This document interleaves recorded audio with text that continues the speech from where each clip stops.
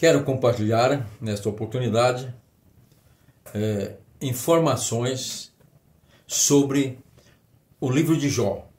Como nós devemos ler, entender e aplicar a sua mensagem para a nossa vida espiritual. O livro trata de uma história real, verdadeira, não é uma ficção, o personagem existiu. Então é uma história verdadeira narrada numa linguagem poética dramática, porém com fatos reais. Jó, o livro é considerado o livro mais antigo da Bíblia, que quando Moisés escreveu o Pentateuco, ali, os primeiros 5 livros da Bíblia, a história da vida de Jó já era conhecida. Muito bem. O que nós vamos destacar aqui é que a estrutura do livro de Jó começa narrando, então, a vida dele como o homem mais justo da terra. Ali nós temos todo aquele contexto da reunião dos filhos de Deus, que não vamos entrar nesse detalhe agora. Então, e Deus então questiona naquela reunião a Satanás, que aparece ali e diz para ele: você viu o meu servo Jó? Que não existe na terra ninguém melhor do que ele, mais justo. Aí o diabo debocha, né? Mas também o Senhor cercou ele de tudo quanto foi bênção, é protegido de todo o bem, desse jeito qualquer um te serve, é fiel. Tira as coisas dele para ver se ele não vai amaldiçoar o Senhor. E aí tem todo aquele detalhe que nós não vamos agora mencionar. Eu sei que Deus permitiu que Satanás provasse Jó. E ele perdeu primeiramente os bens, depois perdeu os filhos, por fim perdeu a saúde, e Deus poupou-lhe a vida, perdeu o apoio da esposa, que chegou a dizer: você não continua sendo fiel a esse Deus, que depois de todas essas tragédias, não te livrou de tudo isso, ele não livrou você disso? Então amaldiçoa ele e morra, quer dizer, suicida. Então Jó ainda mantém fiel. Você está falando como uma louca. Ele não acusou ela de louca, mas disse: você está falando como louca. Se nós recebemos de Deus as bênçãos, então Ele permite que nós sejamos provados também, né, com os sofrimentos. E assim nós temos a história de Jó. E Jó, depois que perde tudo, ele fica fora da cidade, ali cheio de tumor, e então recebe a visita de 3 amigos que vêm do Oriente, Elifaz, Bildad e Zofar. Chegando, vendo aquela cena dolorosa, trágica, e Jó em silêncio, eles permanecem em silêncio durante 7 dias. Depois de 7 dias, Jó abre o seu coração e desabafa, e até amaldiçoa o dia do seu nascimento. O curioso é que Deus não reprova Jó. Lá no final do livro, nós vamos encontrar Deus reprovando e repreendendo os amigos de Jó e pedindo a eles que solicitasse para Jó oferecer sacrifício e orar por eles, para que ele pudesse perdoá-los, porque eles falaram coisas que não eram justas a respeito de Jó, nas suas falas. E então nós vemos aí Jó, mas Deus não condenou Jó.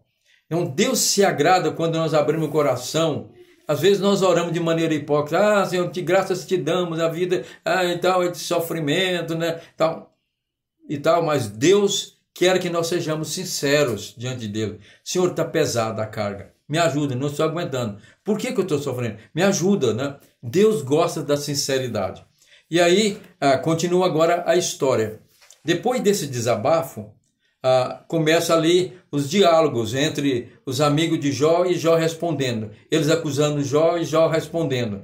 Então começa primeiro Elifaz, e acusa Jó de que ele estava sofrendo tudo aquilo porque era resultado de pecado na sua vida. Jó contesta, rejeita e mostra a razão, porque negando o argumento do seu amigo. Aí vem o segundo amigo e também entra, discursa e acusa Jó de pecado. Resumindo aqui, né, lá tem muitos detalhes na mensagem. Por fim, o terceiro amigo de Jó, primeiro Elifaz, depois Bildad, agora Zofar entra na conversa e acusa Jó também. E Jó responde ele. Mas Elifaz, pela segunda vez, não dá por vencido e torna a discursar e acusar Jó. E Jó repudia o seu argumento e contesta e rejeita. Então Bildade, pela segunda vez, também entra na conversa, continua o seu discurso de acusação contra Jó. E Jó contesta, reprova. Por fim, nós temos aí o Zofar também, pela segunda vez, acusa Jó. E Jó contesta. Mas eles não se dão por vencido. E ele faz pela terceira vez, continua com seu discurso acusatório contra Jó. E Jó sempre refutando. Mas pela terceira vez, e mais uma vez, pela terceira vez, o Bildade acusa Jó. E Jó rejeita. Zofar se dá por vencido e não fala a terceira vez. Aí entra o outro personagem, que é Eliú, um jovem que ali aparece e ele não acusa Jó e fala muitas coisas interessantes. Ele disse: vocês são de idade, têm conhecimento, experiência, mas eu sou jovem, eu quero dar minha opinião, falando aqui, parafraseando. Eu também tenho conhecimento. E ele fala muitas coisas importantes e não acusa Jó. Por fim, entra o personagem que é o Senhor numa linguagem antropomórfica, né? Falando em forma humana. Então, o Senhor chama Jó e diz: senta aí, e eu agora vou lhe perguntar e você vai me responder. Você me acusou até, ou melhor, não acusou. Você falou sobre muitas coisas, questionamentos sobre a minha pessoa, o meu modo de agir. Mas agora eu vou lhe perguntar e você vai me responder. E Deus fala muitas coisas para Jó e ele fica em silêncio. No final ele diz: olha, Senhor, eu me repudio, eu me reprovo. Eu falei do que não entendia. Eu te conhecia só por ouvir falar, mas agora os meus olhos te contemplaram. E aí então Jó, o Senhor manda que os amigos chamam Elifaz e diz: você e os seus amigos, chamam seus amigos e peça para Jó oferecer sacrifício e orar por vocês para que eu possa perdoá-los, né?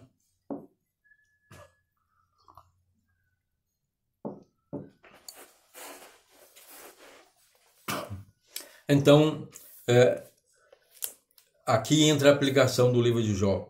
É comum a gente ver pregadores usando no púlpito texto de Jó aplicando para a vida espiritual. E quando você vai pregar ou fazer um estudo, ou estiver estudando, presta atenção se aquele texto que você está usando ali, está lendo, é pronunciado por Jó, que não foi reprovado por Deus, falou de acordo com a vontade de Deus, a verdade de Deus, se é Eliú ou se é o Senhor. Porque as falas dos amigos de Jó, no que diz ao contexto sociológico, antropológico, histórico, cultural, etc., ali são fatos do contexto histórico da época, verdadeiros. Mas quando se trata de opinião deles, fala da opinião deles, eles não representam, as suas falas não representam a verdade de Deus e não devem ser aplicadas, usadas como texto base para aplicação em pregação para a vida espiritual. Nem das pessoas, nem nossa vida, para a nossa vida espiritual. Por isso, quando você estiver ouvindo um pregador, presta atenção. Se aquele texto que ele está usando lá, que lá está claro no livro de Jó, os discursos dos amigos de Jó. Então, olha lá se fala de Jó, de Eliú, do Senhor ou dos amigos deles. Porque quando se trata de aplicação teológica e doutrinária, não servem para a aplicação espiritual. E eu vou dar só 3 exemplos. Ele faz, por exemplo, em Jó 4, 12 a 21, ele diz o seguinte: olha, na primeira fala, você está falando tudo isso aí, eu vou mostrar para você que você está em pecado, né? Ele disse: olha, certo dia, quando vem o sono e a gente dorme profundamente, eu tive uma visão e de repente apareceu um espírito que passou ali perto de mim, chegou e eu fiquei todo arrepiado. Eu não vi como ele era, mas ele começou a falar: pode o homem, o ser humano, ser justo diante de Deus? Ora, nem os anjos são puros, perfeitos diante de Deus, tem defeito. Lá em outro texto diz: o céu não é perfeito, não é puro diante de Deus. Olha, então uma mensagem dessa não pode ser aplicada para a vida espiritual, como alguns usam aí para defender uma vida cristã capenga, pecado original. O segundo exemplo foi Bildade. Bildade, lá no capítulo 8, versículo de 8 a 22, ele diz o seguinte: não, os seus filhos, ó, morreram daquela maneira trágica porque eles eram ímpios. Você não soube, eu estou parafraseando, você não soube criar os seus filhos, eles eram perversos, por isso Deus os matou daquela maneira.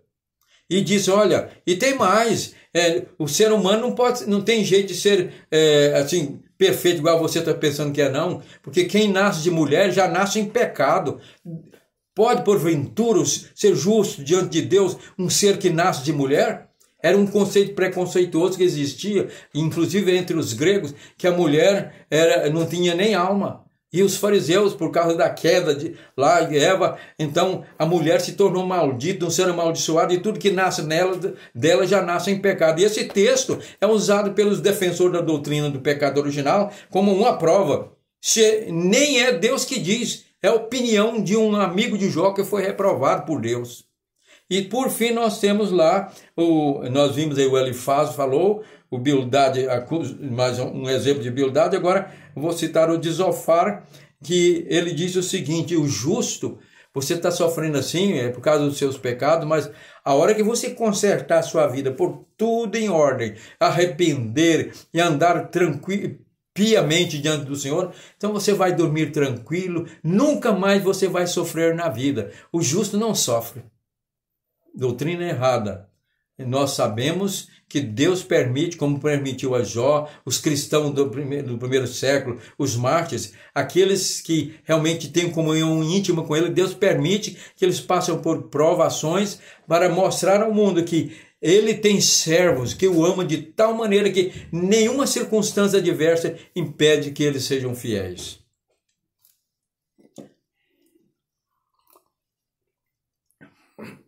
Então, aí nós vemos essas verdades, entre aspas, dos amigos de Jó, que muitos usam para pregar e aplicar para a vida espiritual, quando nós não devemos usar esses textos como fundamento doutrinário, nem de aplicação para a nossa vida.